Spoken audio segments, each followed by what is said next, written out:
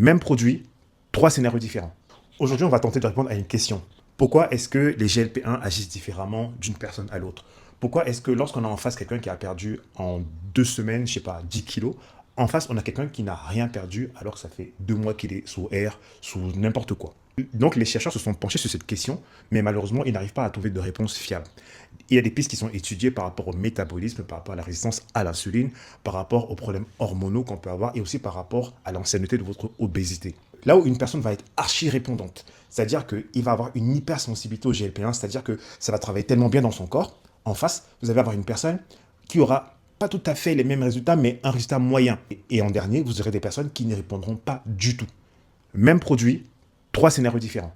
Pourquoi? Parce qu'on est tous différents. On a un métabolisme différent, encore une fois. On a une insuline qui est différente. On a vraiment, en gros, un historique corporel qui est différent. Aujourd'hui, les chercheurs pensent que l'avenir des GLP-1 va être beaucoup plus personnalisé par rapport à votre historique corporel.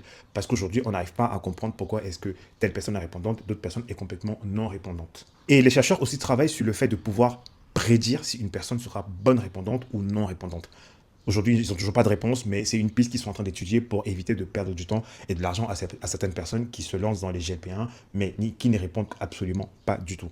Donc, moi qui suis actuellement un peu à fond dans le sujet, je peux vous affirmer, je peux vous assurer que là où vous avez une personne à gauche qui a tous les résultats, à droite, vous avez une personne qui n'a aucun résultat. C'est vraiment incompréhensible, c'est même pas explicable en fait.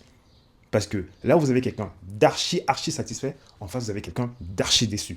Donc, ce n'est pas qu'on vous a scam, c'est pas que le labo n'était pas fiable, c'est pas que si, c'est pas que ça, c'est pas que votre source n'était pas bonne.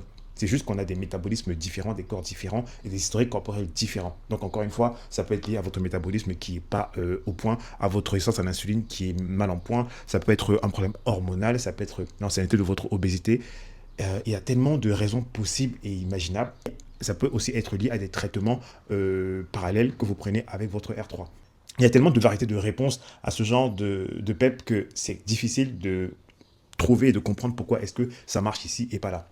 Un dernier point, il y a certaines personnes qui ont des effets, mais pas ouf. C'est-à-dire qu'il va avoir de la satiété, mais ça va partir au bout de 2 jours. Il va perdre vite fait, mais il va stagner. Mais sachez que votre produit fonctionne probablement, mais il y a un problème de dosage. Ça aussi, c'est une question qui est sans réponse. Parce que la personne qui va vous dire avec 2 mg, ça va être bien, avec 1 mg, ça va être bien, avec 0,5, ça va être bien.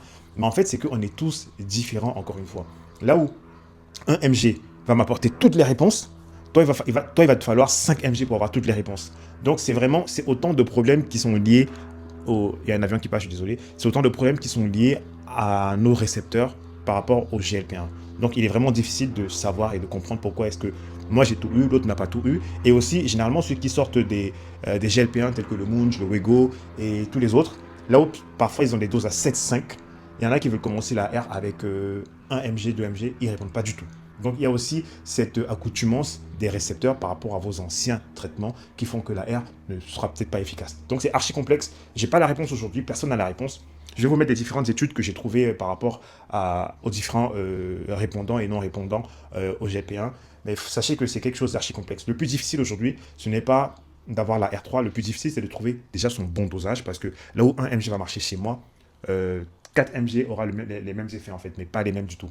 Et là où ça va marcher tout court, ça ne marchera pas simplement chez l'autre en face. C'est archi complexe, mais sachez qu'il n'y a pas que la R3. Si jamais la R3 ne marche pas, essayez autre chose. Parce que je pense qu'on est tous différents et on aura peut-être des réponses différentes par rapport à des molécules différentes. Donc, cherchez à comprendre pourquoi est-ce que ça ne marche pas et aussi améliorer votre hygiène de vie alimentaire. Ça, c'est vraiment la base des bases. Si vous avez une grosse résistance à l'insuline et que la R est freinée par cette résistance à l'insuline, essayez de faire beaucoup de jeûnes intermittents, essayez de faire un peu plus de sport, améliorer votre hygiène de vie en général pour que la R3 puisse avoir un travail beaucoup plus facile, pour être un meilleur répondant. Ceci n'est pas un conseil médical, ceci n'est pas un avis d'expert, c'est juste une vidéo à titre informatif.